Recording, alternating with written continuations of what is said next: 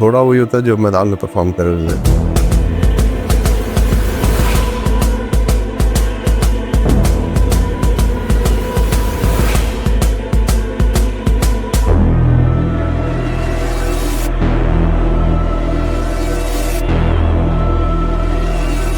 खूबसूरत सी स्माइल उनके चेहरे पर थी।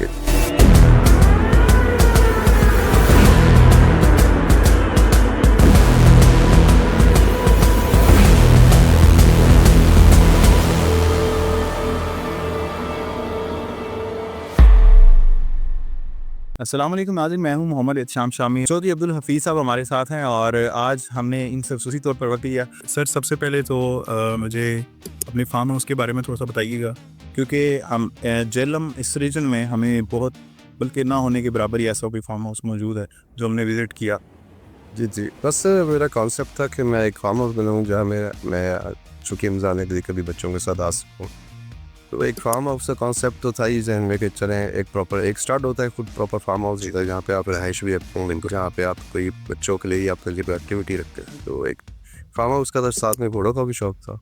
ठीक है, तो फिर दो सहबाब उनकी मदद दी और फिर साथ में स्टार्ट भी बना दिया सर, तो प्रॉपर एक फार्म हाउस बन गया। तो खुद आप सेटल जो है वो बैरून मुल्क जी, मैं दुबई में होता हूँ। दुबई में से वहाँ पर अपना बिजनेस वगैरह रन जी जी, अब जी मेरा लग्जरी ट्रांसपोर्ट का बिजनेस है दुबई के अंदर, और इसी तरह कराची में DHA में कंस्ट्रक्शन का बिजनेस है। तो ये शौक कहाँ से आपको, घोड़ों का शौक जो है ये कहाँ से शुरू किया? असल में हम बचपन से शौक तो था ही, क्योंकि हमारी सिंध में काफ़ी ज़मीन थी, वहाँ पे हमारे अपना एक ज़माने में डेयरी फार्म भी था। वालिद साहब उस टाइम ताया मेरे उस टाइम ताया हयात थे, वालिद साहब हयात थे, और उस टाइम डेयरी फार्म हम करते थे, काफ़ी अच्छा लेवल पे काम था हमारा। तो उस टाइम भी हमने अब्बू ने घोड़ी रखी हुई थी, तो वहाँ से चौक तो मैं राइड किया करता था, छोटा था। ठीक है। तो आपको पता है बचपन की जो चीज़ें फिर जहन में होती हैं, तो फिर आप जब बड़े होते हैं और ऊपर से पंजाबी बैकग्राउंड, फिर ऊपर से गुजर, घोड़ा और भैंस तो मस्त है ना जी, गुजरोगे उस पर। फिर वो ब्लड के अंदर जो चीज़ें होती हैं ना, वो एक एज टाइम पे आके ना वो सामने ज़रूर आती हैं।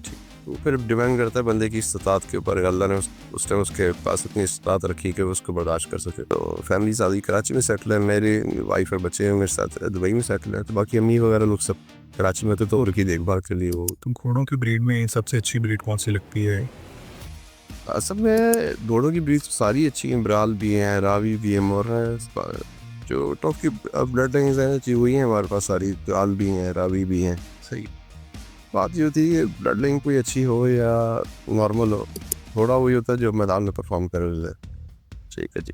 तो मोस्टली ऐसा कभी वो हो कि मैदान में आप गए हो, जैसे नेज़ाबादी का एक कल्चर है पंजाब का ना, तो चलते चलते तोड़ते कोई घोड़ा पसंद आ गया हो? पर ऐसा होता है, ये तो ज़ाहिर दिन की चीज़ होती है, दिन की कमाई मयारी चीज़ें होती है, वो देता तो नहीं है। चौधरी अब्दुल हफीज़ को एक चीज़ पसंद आ गई है, तो आपकी तो ज़ाहिर कोशिश होगी कि ये चीज़ मेरे पास हो। जी जी, कोशिश होती है, लेकिन अल्लाह ने जो चीज़ नसीब में लिखी थी वही मिलती है। अब तो अभी आपके पास जो पर्सनल आप ज़्यादातर सवारी करते हैं, राइडिंग करते हैं, तो वो कौन सा नस्ल है, कौन सा लूड़ा है? असल तो हंस घोड़ा एक मेरा फेवरेट है, जिसके अलावा एक नुकरा शाहजहान है, वो मेरा फेवरेट है, उस पर मैं ज़्यादा राइड करता हूँ। कि शाहजहां आपने माशाल्लाह नाम काफ़ी मैंने आपसे सुने भी हैं, बल्कि हमने देखे भी हैं, तो बड़े अच्छे और आपने नाम रखे थे। थोड़ा सा बताइएगा हमारे नाज़रीन को भी कि चौधरी अब्दुल हफीज़ के फार्म पर जो घोड़े बने उनके नाम क्या हैं? मेरे जैसे घोड़े नूर नज़र है, शाहीन है, सजावल है, जवार है, इस तरह नूर करम है, नूर अमीर है, नूर महमत है, इस तरह नूर आफ्ताब है। ये तो हमें लगता है कि जो मौलिया दौर के असल में कुछ होती यूनिक नाम हो, पहले किसी ने ना रखे हुए, जैसे मेरा शाहीन घोड़ा है, उसके बहुत कॉमन नेम है। ठीक है, जवार भी थोड़ा कॉमन नेम है कहा जाता है। नूर नज़र एक मैंने जो लिया था उन्होंने ही रखा हुआ था आगे से, तो मैंने लिया उसको। तो क्लब को कैसे रन करते हैं? मतलब आता है एक और सेटिंग है प्रॉपर क्लब आपका, टेंट पैगी नहीं जिसे कहते हैं, वो अल हफीज़ के नाम से ही शुरू पे वो चलता है पूरे पाकिस्तान में। आप पूरे पाकिस्तान में जाम ले रहे होते हैं। मेरों की अगर मैं बात करूँ, टेंट पैकिंग के जितने भी इवेंट्स होते हैं इस वक्त पाकिस्तान में, आपको क्या लगता है किस लेवल के कोई अच्छे जो हो रहे हैं इवेंट्स, उनमें चंद एक अगर कोई नाम आप बताएं? जी देखेंगे, सबसे पहले नंबर पे जो मेले कराने वाले लोग हैं हमारे ताहिर भट्टू साहब, सही, शानी फाज साहब का एक टाइमली मेला होता है, सुल्तान मोहम्मद अली साहब हक बावर जो कि अफ्तर सालाना तलामे में जो मेला होता है, वो हो गया। इस तरह गुजरात में जो वेल नोन लोग हैं, बागड़ी साहब हो गए, इनके अंडर होता है। और जेलों में जो हमारे चौधरी नदीम खादिम साहब, बिल्कुल ऐसे डिसिप्लिन वाइज जो है वो चौधरी नदीम खादिम के मेले से पूरे पाकिस्तान में कोई मैच नहीं कर सकता है। ज़बरदस्त। काफ़ी मेले छोटा बड़े होने के साथ में बहुत बड़े बड़े मेले होते हैं, जेएस से बहुत बड़े बड़े लोग मेले करवाते हैं, बिल्कुल ठीक है जी। लेकिन डिसिप्लिन में जो है ना, मैं अपनी, ये मेरा ज़ाती एक्सपीरियंस है, हर बंदे का अपना ओपिनियन होता है, किसी को पसंद आता है किसी को नहीं आता। लेकिन मैंने इस 2 सालों के अंदर बहुत मेले किए पूरे पाकिस्तान में, जा के मेले किए, लेकिन डिसिप्लिन वाइज चौधरी नदीम खादिम के से कोई मैच नहीं कर सकता। हालिया हम अब 2025 की बात करते हैं, बहुत बड़ा इवेंट जेलम में हुआ जश्न सुक्का के नाम। तो इस वक्त मैं अगर देखूं जो चंद एक बड़े नाम हैं, बड़े मेले हैं, उनमें से वो एक मेला है, उसको कैसे लेन में आया, मैनेज किया, इतना बड़ा इवेंट जेलों में करवा गया। जी, ये सारी काबिश और कोशिश चौधरी अदील कुर्सी साहब की, ठीक है। उनमें मुझसे अच्छे दोस्त हैं, भाई हैं, उन्होंने मुझसे इस बार को डिस्कस किया। फिर हमने चौधरी नदीम खादिम से उनकी एडवाइस ली, क्योंकि वो हमारे बड़े भी हैं सिख, और वो समझे हमारी जो यहाँ की एसोसिएशन है जेलों में नज़ाबाजी, उसके वो चेयरमैन भी है, तो उनकी गाइडेंस थी, ठीक है, उनकी बहुत सपोर्ट रही।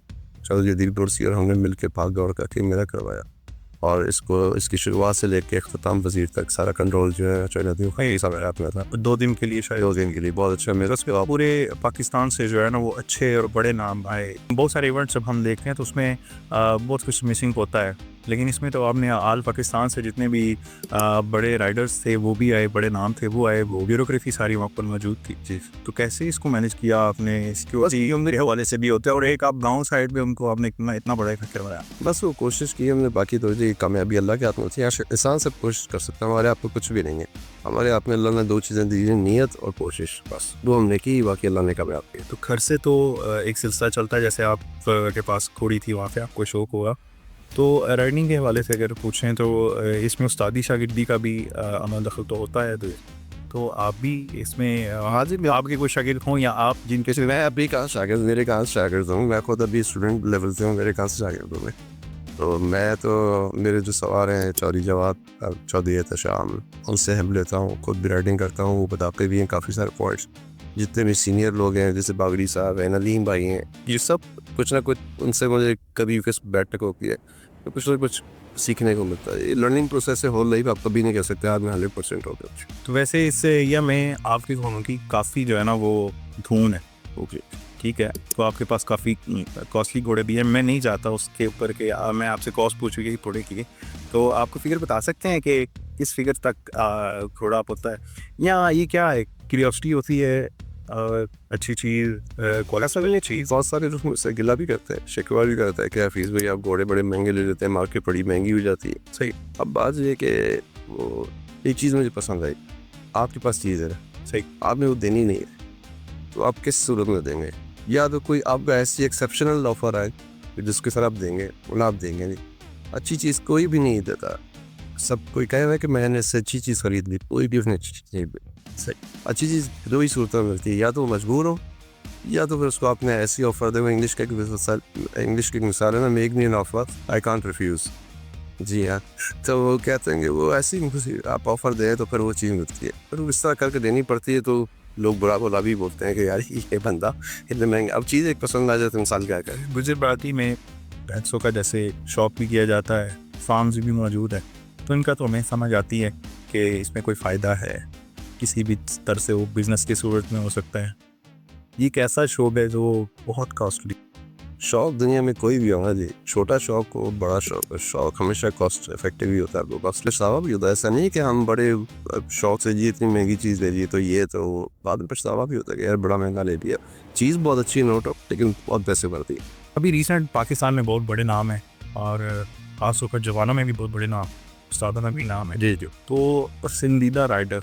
जी पसंदीदा तो रहीम न्याज़ी साहब, स्टाइल भी और बहुत खूबसूरत है, परफेक्शन भी है। ऐसे ही फिर वजाहतुल्लाह खान जो है, 40 सवार में आवाज़ कम होती है, आप मलिक अरसलान साहब, इस 40 सवारों में से आपने।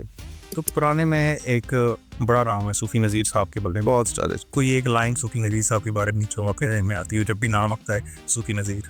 एक एग्जाम्पलरी राइडर हैं जिनको देख के आप एग्जाम्पल देते हैं और फिर उसे सीखते हैं, तो यही आता है कि यार आप देखें ना, मेला देखने आए ना, क्राउड कभी कुछ टाइम होता है, कोई चाय पीने गया होता है, फिर लंच कर, लेकिन जब सूफ़ी नज़ीर की पारी होती है ना, तो सारा क्राउड बैठा होता है कि सूफी नदी से वो किला लगे ना लगे वो जीते ना जीते, लेकिन उनकी राइडिंग देखते हैं, उनका स्टाइल देखने के लिए एक आवाम पुरजोश तरीके से हम समेत बैठे होते हैं सूफी नज़ीर से भागने वाले स्टाइल जी स्टाइल ये कॉन्फिडेंट फेस एक्सप्रेशंस आप देखें ना सूफी नज़ीर के सही बिल्कुल वो पोलाइटली जो उनका फेस बड़ा बिल्कुल नॉर्मल एक मुस्कुराहट होती है चेहरे पे। आप कभी देखें उनके कैसी वीडियोस यूट्यूब पे आती हैं, टिकटॉक पे आती हैं, वो काफ़ी स्लो मोशन में भी वीडियोस आती हैं। आप कभी उनके फेस एक्सप्रेशंस देखें जब वो किला उठाते हैं, स्माइल होती है, एक खूबसूरत सी स्माइल उनके चेहरे पर आती है, इससे पता चलता है कॉन्फिडेंट।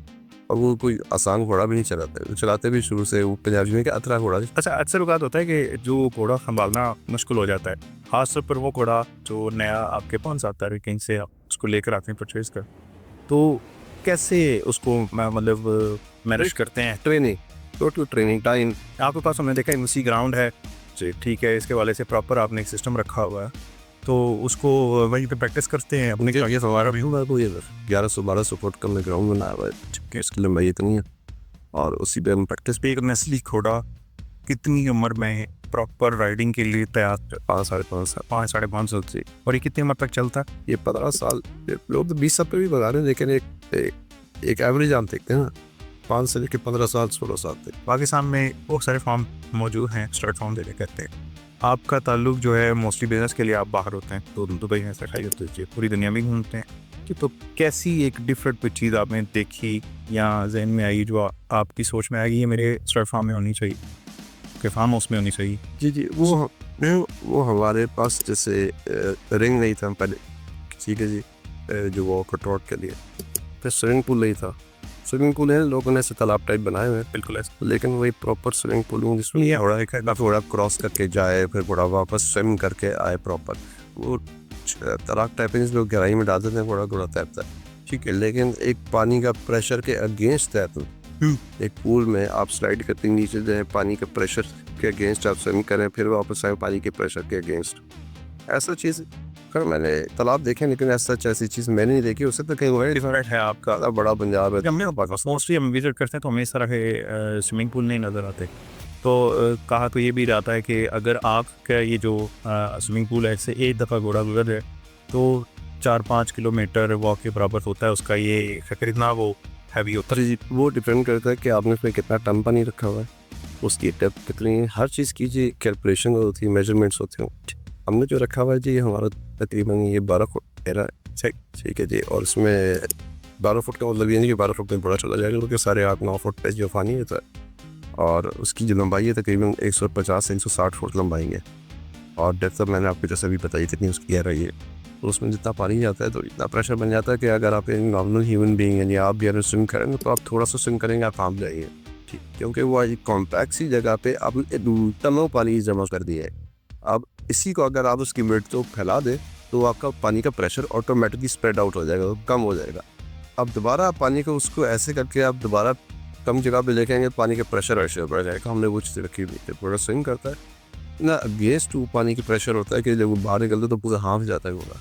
तो अभी आपके पास कितने घोड़े हैं जो प्रॉपर ग्राउंड में जाते हैं, और इवन आप जितने भी टेंट पैकिंग के होते हैं वो आप करते हैं, सवार कितने? वैसे 9-10 घोड़े हैं जो ग्राउंड में जाने के काबिल है, लेकिन लेके हम ज़रा एक ही सेक्शन जाते हैं, 4 घोड़े, फिर हम बदल के जाते हैं। 4 घोड़ों का सेक्शन लेके जाते हैं, तो हम 6 घोड़े वैसे लेके जाते हैं, 2 स्पेयर में लेके जाते हैं कि अल्लाह ना करे कोई इंजरी हो जाए, ठीक, तो इन केस जो है स्पेयर में बुढ़ा हुआ। आपके नज़दीक घोड़े की खूबसूरती उसको कैसे देखते हैं? खूबसूरत घोड़ा नॉर्मली बंदा देखता है अच्छा भागता हो, बाल अच्छे खूबसूरत हो, चमक रहा हो, इसमें इसकी आँख, माथा, कान, सोन, गामची, पुट्ठा, सीना, ये सब इसके अंदर आता है खूबसूरत। तो खैर कुछ घोड़े देखने में बड़े खूबसूरत होते हैं, लेकिन जब भागते हैं तो गर्दन नीचे करके भाग जाते हैं, वो सारी खूबसूरती मान पड़ जाती है। सही, घोड़ा वही खूबसूरत होता है जो ग्राउंड में भागे, छाती निकाल के गर्दन ऊपर करके फेस ऊपर करके वो खूबसूरती में। तो राइडर पे भी डिपेंड करती है मुझे। हाँ, राइडर पे भी डिपेंड करती है। आजकल काफ़ी ट्रेंड में है, टेंट पैकिंग का शौक भी है, नौजवानों में ख़ास तौर पर बड़ा पसंद किया जाता है इस चीज़ को, तो नौजवानों को कैसे देखते हैं, क्या पैगाम देंगी, कैसे इस चीज़ को लेकर चलना चाहिए? जी, ये तो एक बहुत अच्छी चीज़ है कि हमारे जो आजकल के बच्चे हैं, खासतौर पंजाब साइड, KP के साइड भी थोड़ा बहुत, लेकिन ज़्यादा पंजाब साइड पे जितने बच्चे हैं वो स्टंट टेंट पैकिंग की तरफ बहुत ज़्यादा आ रहे हैं। जब से अर्तुगरुल ड्रामा जो चला था ना, उसके बाद वो बहुत शौक हो गया बच्चों में भी घोड़ों का, अब जो हालात है ना जी, मोबाइल का दौर है, आईपैड्स का दौर है, तो सब बच्चों को आप देखें वो टोटली सी में इन्वॉल्व रहते हैं। अब जिन बच्चों को घोड़ों का शौक हो जाता है फिर वो बहुत सारी गलत चीज़ों से भी दूर हो जाते हैं ऐसे। तो ये अच्छा शौक है। मेरा अपना एक बेटा है, मैं भी उसको इस शौक की तरफ लेके जा रहा हूँ कि अपनी स्टडीज़ करे और साथ में थोड़ा बहुत शौक करे, लेकिन पहले स्टडीज़ करे और ये शौक करे। तो इससे ये कि बच्चे बहुत सारी बुरी आदतों से बच जाते हैं, फिर वो घोड़ों में हो जाते हैं। बहुत बड़ा मेरा रोटा में होता है जी मैं शानी खान साहब का, उसके हवाले से क्या रिव्यूज़ हैं आपके? बहुत अच्छा मेला हुआ था जी। और शानी खान साहब हमेशा ट्रेंड सेटर हैं, ट्रेंड सेट करते हैं। अरब भी थे और उसमें फ्रीजियम भी थे, उसमें डच वॉर्म्स भी थे, उसके अंदर कुछ देसी ब्रीड भी थे। तो प्रॉपर एक हॉट शो हुआ। उसके अलावा उन्होंने जितने भी स्टड फार्म के ओनर्स हैं उनको इनवाइट किया एज ए राइडर। उन्होंने सब ने पार्टिसिपेट किया, फिर उन्हीं में से ड्रॉज निकाल के उन्हीं में से टीमें बनी। तो एक उन्होंने नया ट्रेंड स्टार्ट किया। तो फिर उसके बाद वो सुबह जितने भी राइडर्स हैं सब प्रॉपर एक यूनिफॉर्म दिया, यानी सबको कहा कि भाई सलवार कमीज आप पहन के वेस्ट कोट्स उन्होंने दी ज़बरदस्त। तो एक बड़ा अच्छा और कैब्स दी वाइट। तो वो एक बड़ा ही अच्छा आप वीडियोस देखें, बड़ा खूबसूरत लग रहा है कि सारे लोग गांव के अंदर से लंबी 11-12 किलोमीटर भी वॉक पे जा रहे हैं, लाइन से 400-500 घोड़ा जा रहा है। तो एक बड़ा अच्छा ट्रेंड। तो रिसेंटली अभी आपने भी बताया कि तलबा पे जो सुल्तान मोहम्मद अली साहब को अपने वाला आने वाला है जी हाँ, वो हमेशा की तरह वो मतलब एक बड़ा नाम है, एक अच्छा इवेंट करवाते हैं। उनकी पर्सनैलिटी, उनके शौक और उनके फार्म, उनके खून के हवाले से आप उस चीज़ को कैसे देखते हैं, क्या कहते हैं? उनकी मर्जी शीरन ज़्यादातर ब्रीड है और बड़ी उन्होंने प्रिजर्व की हुई इस ब्रीड को। उनके पास 300, 350, 400 घोड़े उनके पास या कोटी फ्लीट है उनकी। तो वो तो देखेंगे इस एक तो इसके EFP के चेयरमैन भी है, स्ट्रेगिंग फेडरेशन ऑफ पाकिस्तान के। और उनको देख के लोग बहुत सीखते हैं। ठीक है जी, जिस तरह हम घोड़ों की देखभाल करते हैं, जिस तरह मेले कराते हैं लोग, उन्हीं के मेलों में पॉइंट्स निकाल के फिर अपने मेलों में डाले में अपने इम्प्लीमेंट करते हैं अपने लोग के अंदर। तो उनका वो इंटरनेशनली भी करवाते हैं मेला, जिसे बाहर से भी पार्टिसिपेंट्स आते हैं। तो वो एक समझे अपने आप में एक मिसाल है। बहुत शुक्रिया सर।